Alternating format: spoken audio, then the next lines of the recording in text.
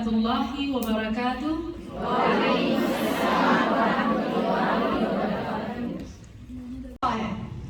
قرآن کو قرآن ماننے کے لیے اس سے پہلے حدیث کو ماننا ہوگا، حدیث پر ایمان لانا ہوگا۔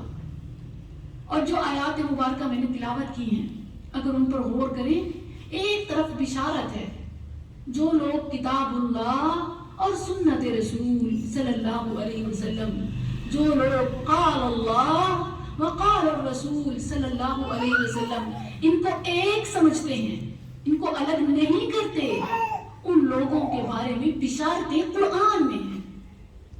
غور کیجئے، والذین آمنوا باللہ ورسلہ وَلَمْ يُفَرِّقُوا بَيْنَ أَحَدٍ مِّنْهُمْ۔ تھوڑا لفظوں پر غور کیجیے، آپ ماشاءاللہ علم رکھنے والی ہیں، کہ جو لوگ ایمان لائے اللہ اور اس کے رسول پر، وَلَمْ يُفَرِّقُوا، لم نہیں، يُفَرِّقُوا فرق سے نہیں، انہوں نے فرق کیا، بَيْنَ أَحَدٍ مِّنْهُمْ، ان دو میں سے کسی ایک کے درمیان فرق نہیں کیا، بلکہ ان کو ملا دیا کہ یہ ایک ہے، ایسے ملایا جیسے خود اللہ نے ملایا۔ اللہ نے کیسے ملایا؟ ضم الالہ، مشہور شاعر کا قول ہے، ضم الالہ اسم النبی صلی اللہ علیہ وسلم باسمہ اذا قال المؤذن فی خمس اشہد ان لا الہ الا اللہ واشہد ان محمدا عبدہ ورسولہ واشہد ان محمد رسول اللہ۔ اللہ نے اپنے نام کے ساتھ اپنے نبی کا نام جوڑ دیا۔ دن میں 5 بار جب مؤذن اذان دیتا ہے تو اشہد ان لا الہ الا اللہ کے ساتھ اشہد ان محمد رسول اللہ بھی آتا ہے۔ ضم الالہ اسم النبی باسمہ، الہ نے اپنے نام کے ساتھ اپنے نبی کا نام جوڑ دیا۔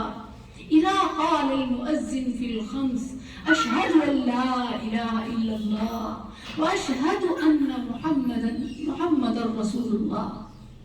فارسی کے شاعر نے جو بہترین انداز میں مفہوم بیان کیا کہ گفتہ او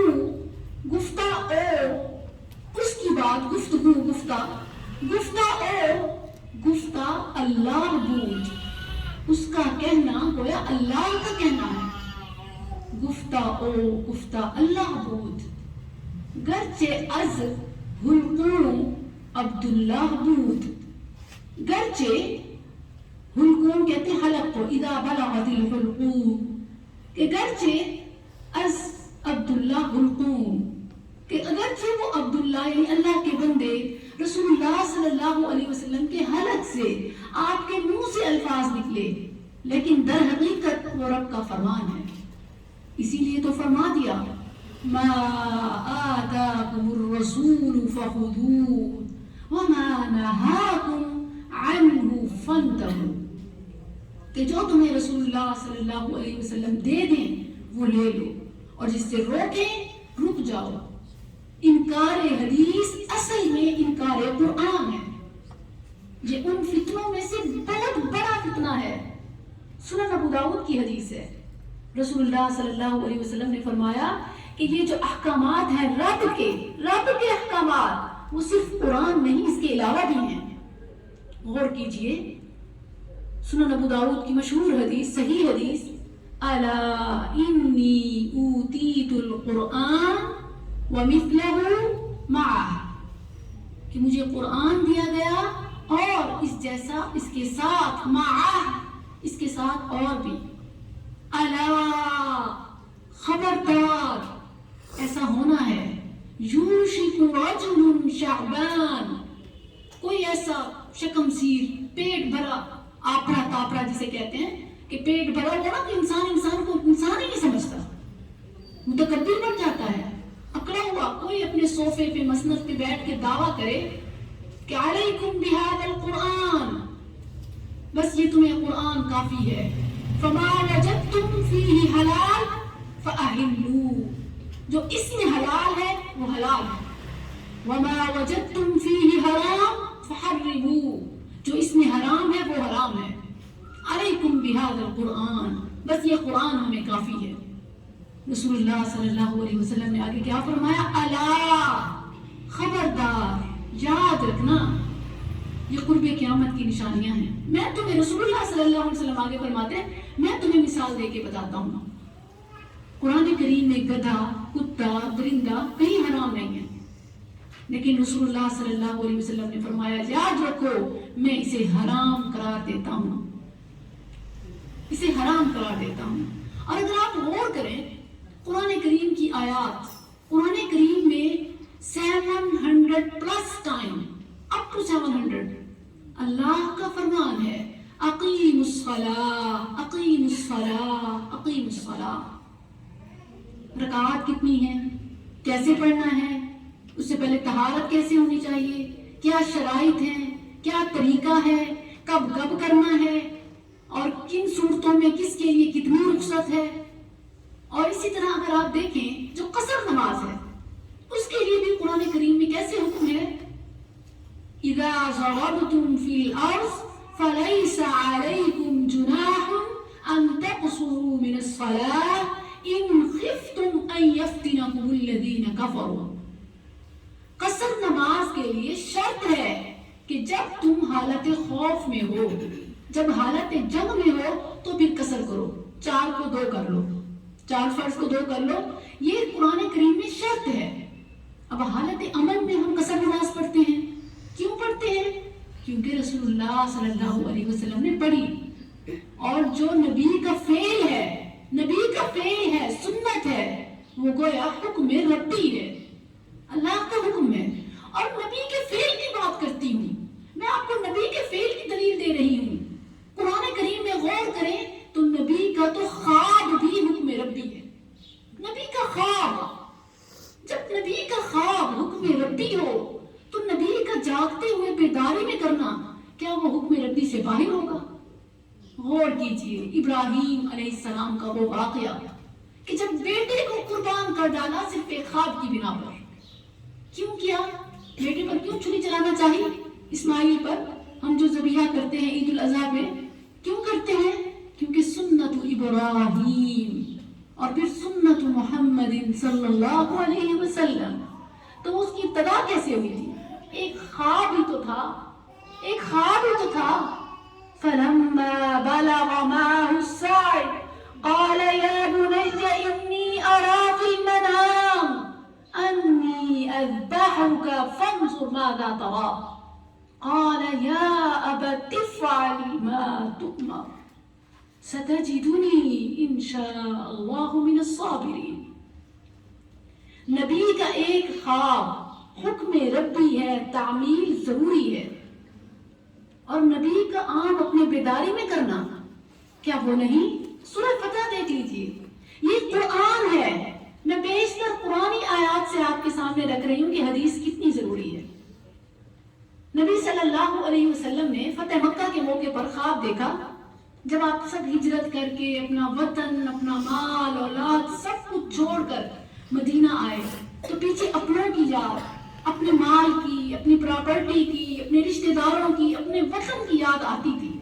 صحابہ کے دلوں میں تھا کہ ہم حق پر ہیں اور ہمیں ہی نکال دیا گیا، تو ہمیں اپنا ہمارا وطن کب ملے گا؟ کیونکہ اسلام جو ہے یہ بلند ہونے کے لیے آیا ہے، غالب ہونے کے لیے آیا ہے۔ الاسلام یعلو ولا یعلی علیہ، اسلام ہمیشہ غالب حکومت کرنے کے لیے آیا ہے، مغلوب ہونے کے لیے نہیں۔ تو اللہ کے نبی، ہم تو مسلمان ہیں، پھر ہم مغلوب کیوں؟ ہمیں ہمارے گھروں سے روک دیا گیا۔ رسول اللہ صلی اللہ علیہ وسلم نے خواب دیکھا کہ اپنے صحابہ کے ساتھ عمرہ کرنے گئے ہیں، تو آپ نے صحابہ کو تیار کیا اور چل نکلے۔ لیکن آگے جب حدیبیہ کے مقام پر آپ کو روک دیا گیا تو صحابہ کے دلوں میں یہ خیال آیا، یہ سوال آیا، جسے عمر رضی اللہ عنہ نے ترجمانی بھی کی، پوچھا بھی کہ اللہ کے نبی کیا آپ نے نہیں ہمیں فرمایا تھا کہ ہم چلے، اللہ کا حکم ہے، جبکہ انہیں معلوم تھا کہ آیت تو نازل نہیں ہوئی، بس نبی صلی اللہ علیہ وسلم نے فرما دیا کہ اللہ کا حکم آیا ہے، ہمیں اجازت مل گئی ہے بیت اللہ کا طواف کرنے کی، آؤ چلتے ہیں۔ نبی صلی اللہ علیہ وسلم خاموش تھے۔ اللہ نے آیت اتار دی، اے نبی تیرا خواب سچا ہے، یہ واقعی حکم ربی ہے۔ کسی کے دل میں یہ یہ نہ آئے کہ ایسے ہی نبی صلی اللہ علیہ وسلم چل نکلے، اگر اللہ کا حکم ہوتا تو پھر تو آگے موقع بھی ملتا، ایسے چل نکلے، موقع نہیں ملا۔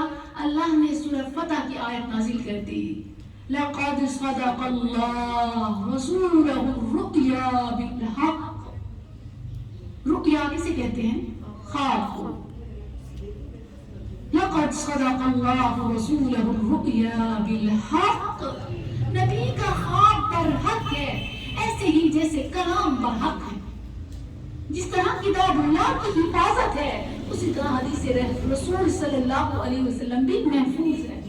لَتَدْخُلُنَّ الْمَسْجِدَ الْحَرَامَ إِنْ شَاءَ اللَّهُ آمِنِينَ مُحَلِّقِينَ رُؤُوسَكُمْ وَمُقَصِّرِينَ لَا تَخَافُونَ، ڈرو نہیں، اگلے سال۔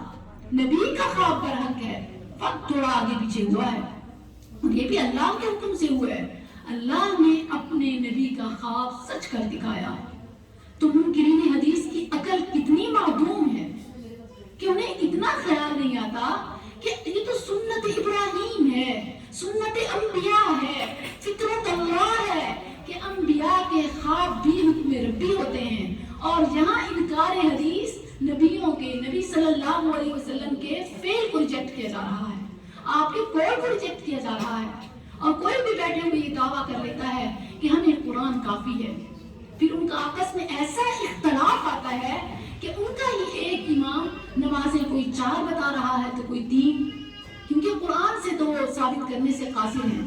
کوئی طریقہ کچھ بتاتا ہے، کوئی کہتا ہے سجدے کی ضرورت نہیں، تو کوئی کہتا ہے رکوع کی نہیں، اور کچھ کہتے ہیں کہ قرآن میں رکوع اور سجدے کا ذکر ہے، قیام نہیں۔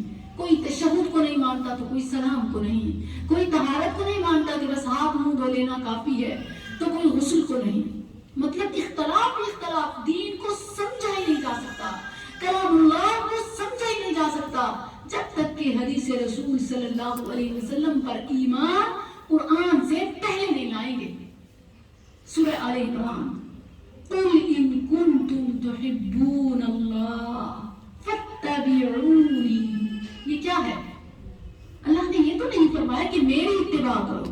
قُلْ اے نبی صلی اللہ علیہ وسلم کہہ دیجئے، ان کنتم تحبون اللہ فاتبعونی یحببکم اللہ، اللہ کی محبت چاہیے تو اتباع رسول صلی اللہ علیہ وسلم کرنی ہوگی، یحببکم اللہ۔ سبحان اللہ، صحابہ کا ایمان کیسے تھا؟ نبی صلی اللہ علیہ وسلم معراج پر گئے، آپ نے آ کر وہ قصہ سنایا کہ اس طرح مجھے مکہ سے بیت المقدس اور بیت المقدس سے 7 آسمان کی سیر کرائی گئی، تو ابو بکر رضی اللہ عنہ نے تصدیق کی، حالانکہ قرآن آیات نہیں اتری تھی۔ ابو بکر رضی اللہ عنہ نے تصدیق کی تو صدیق بن گئے، اور ابو الحکم اس نے تردید